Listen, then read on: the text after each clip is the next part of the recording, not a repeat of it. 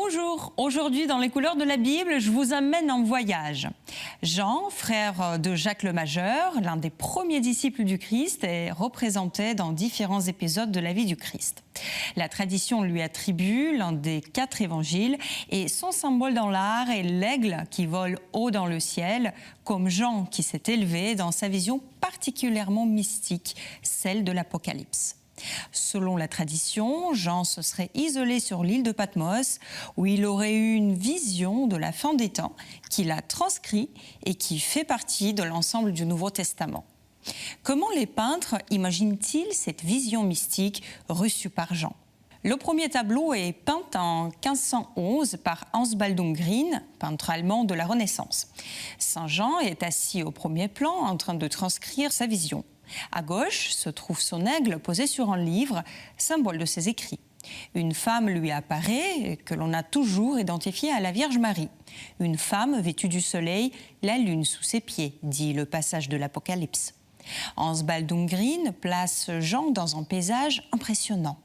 À l'arrière-plan se déploie une surface d'eau et des montagnes bleues ferment la ligne d'horizon.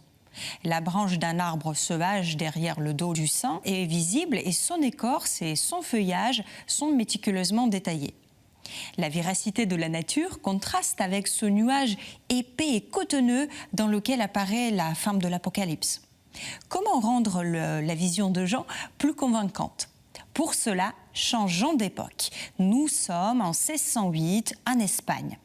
Le Greco, un peintre connu pour son style très particulier, nous plonge dans une vision de Saint Jean plus exaltée. Son tableau, fragment d'un retable, se réfère à l'ouverture du 5e sceau de l'Apocalypse, quand Jean voit des âmes en souffrance de ceux qui avaient été immolés à cause de la parole de Dieu. La figure extatique de Saint Jean au premier plan est peinte en contre-plongée, ce qui donne un angle de vue plutôt étrange. Ses proportions allongées sont typiques du Greco, avec la tête et les bras levés vers le ciel. Derrière lui se trouvent 2 groupes de personnages, des hommes et des femmes, qui tendent des grandes étoiles. Leurs silhouettes étirées aux contours vibrants paraissent presque fantomatiques. L'environnement est aussi troublant et électrique, marqué par des mouvements étranges dans le ciel et sans démarcation précise avec la terre. Le tableau est extrêmement puissant, en contraste avec la peinture de son temps. Son traitement visionnaire de l'espace et la dématérialisation des figures humaines ont influencé des peintres modernes, comme par exemple Picasso, qui puise son influence dans cette vision de Jean pour ses célèbres Demoiselles d'Avignon de 1907, que je vous invite à comparer avec le groupe féminin au fond de la toile du Greco. Après une vision spectrale du Greco, retour au calme avec Nicolas Poussin, grand représentant du classicisme du XVIIe siècle.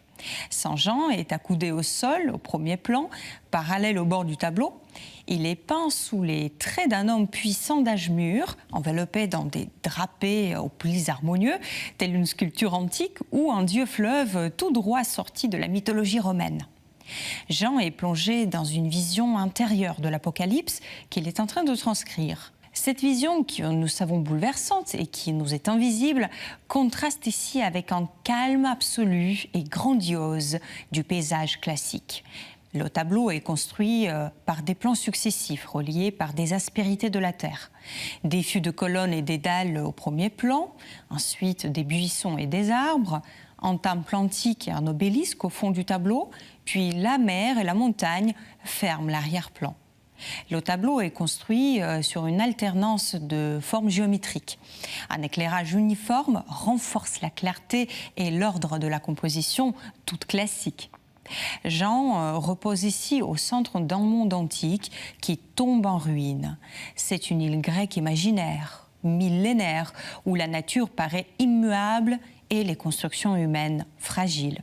Un cadre idéal pour imaginer la vision de la fin des temps, d'après Poussin. La vision de Saint Jean sur l'île de Patmos prend des formes variées selon la créativité de chaque artiste, entre l'artifice chez Hans Baldung Grien, la vision hallucinatoire du Greco et le calme ancestral chez Poussin. Laquelle préférez-vous ? Je vous remercie de nous avoir suivis aujourd'hui. N'hésitez pas à partager cette émission à partir du site ktotv.com ou à partir des réseaux sociaux et je vous retrouve la semaine prochaine.